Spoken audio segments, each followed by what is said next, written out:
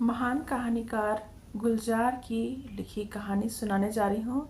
शीर्षक है 10 पैसे और दादी। बस एक 10 पैसे के लिए झगड़ा हो गया दादी से और चक्कू घर से भाग गया। 10 पैसे भी कोई चीज़ होती है? राम मनोहर की जेब में कितनी रेजगारी रहती है, जब चाहे जाकर पतंग खरीद सकते हैं। एक कटी और दूसरे की कन्नी बंध गई। मांझे की चरखी बस भरी ही रहती है और सब्जी के कितने सारे पत्ते रखे हैं घर में। ये सब याद आते ही गुस्सा आ गया उसे। दादी है ही ऐसी घुन्नी, इसीलिए इतनी झुर्रियाँ हैं उसकी शक्ल पे। राम की दादी की शक्ल पर तो एक भी नहीं। एक के बाद एक उसे दादी के सारे नुक्स याद आने लगे।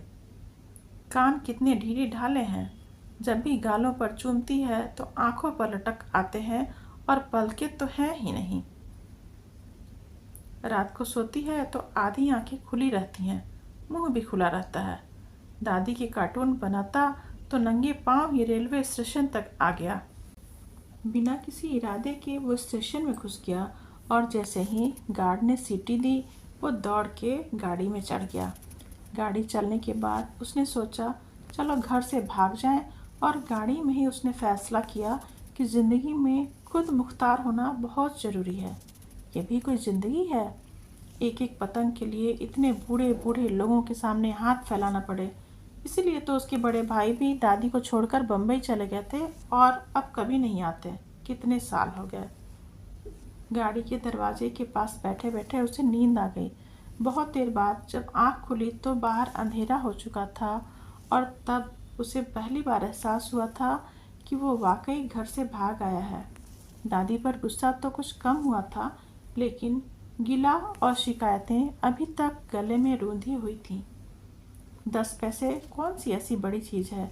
अब अगर पूजा की कटोरी से उठाए तो चोरी थोड़ी ही हुई। भगवान की आंखों के सामने लेकर गया था। खुद ही तो कहती है दादी कि उसके देवता जागृत हैं, दिन रात जागते रहते हैं, कभी नहीं सोते। नहीं, वो आंखें बंद कर लें तब भी देख सकते हैं। तो 10 पैसे कैसे नहीं देखे? और देखे तो बताया क्यों नहीं दादी को?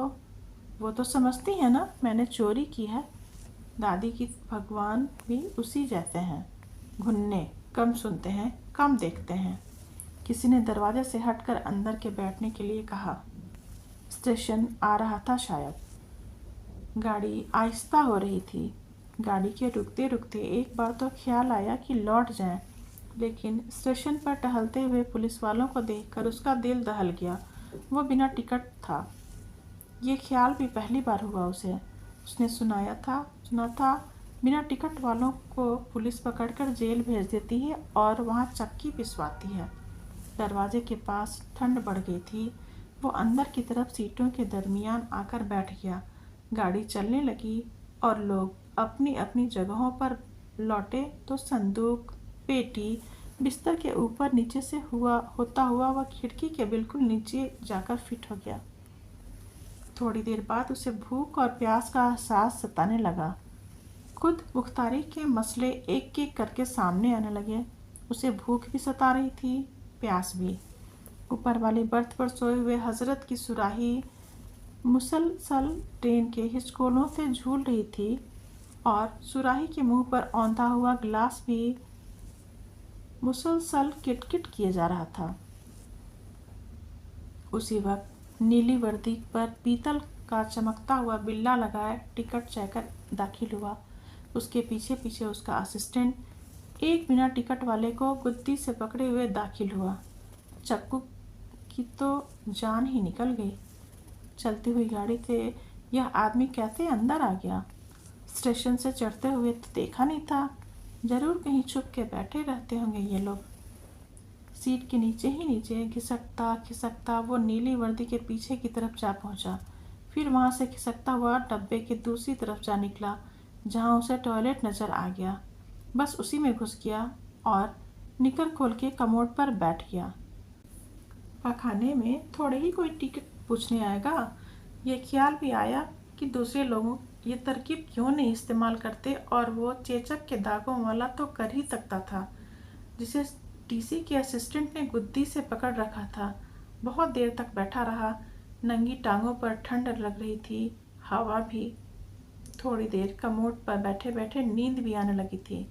फिर गाड़ी ने पटरी बदली। एक धक्का सा लगा। रफ्तार भी कुछ कम होने लगी। बड़ी एहतियात से उसने टॉयलेट का दरवाज़ा खोला। बाहर कोई स्टेशन आ रहा था। झाँक कर देखा तो नीली वर्दी कहीं नजर नहीं आई। जरूर कहीं चुप कर बैठा होगा, वरना चलती गाड़ी से कहाँ जाता। गाड़ी रुकी तो फौरन उतर गया। सुनसान सा स्टेशन, आधी रात का वक्त, कोई उतरा भी नहीं। गाड़ी थोड़ी देर खड़ी हाँफती रही, फिर बक बक करती हुई आगे चल दी। चक्कू एक बेंच पर सिकुड़ के अपनी टांगों में मुंह देकर बैठ गया और फौरन ही तकिए की तरह लुढ़क गया। ठक ठक करता लालटेन हाथ में लिए एक चौकीदार आया और कान से पकड़कर उसे उठा दिया। चलो बाहर निकल, घर से भाग के आया है। चल निकल, नहीं तो चौकी वाले धर के ले जाएंगे, चक्की पिसवाएंगे जेल में। एक ही धमकी में वह लड़खड़ा कर खड़ा हो गया। चौकीदार ठक ठक करता फिर गायब हो गया। चक्कू प्लेटफॉर्म के नीचे की तरफ टहल गया, जहाँ मध्यम सी रोशनी में एक बोरियों का ढेर नजर आ रहा था। बोरियों के पीछे ही कोई बुढ़िया दादी की तरह मुंह खोले सो रही थी। फटा पुराना एक लिफाफ ओढ़े कोई भिखारन होगी। नींद और बर्दाश्त नहीं हो रही थी।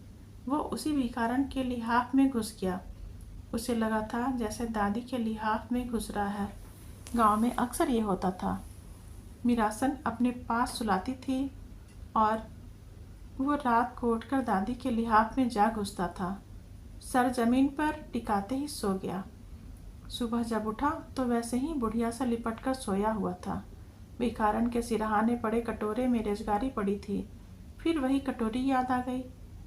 कल रात की भूख उबर आई। इतनी सारी रेजगारी क्या करेगी बुढ़िया।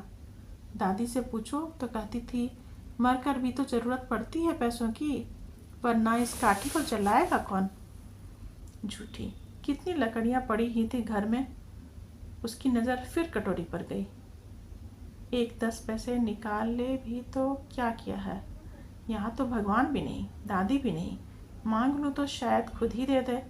उसने इधर उधर देखा। कैंटीन के पास रखी अंगीठी का धुआं कोहरे के ऊपर चढ़ता जा रहा था।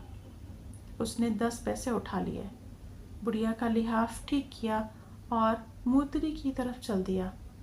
वापस आकर मिट्टी से हाथ धोए।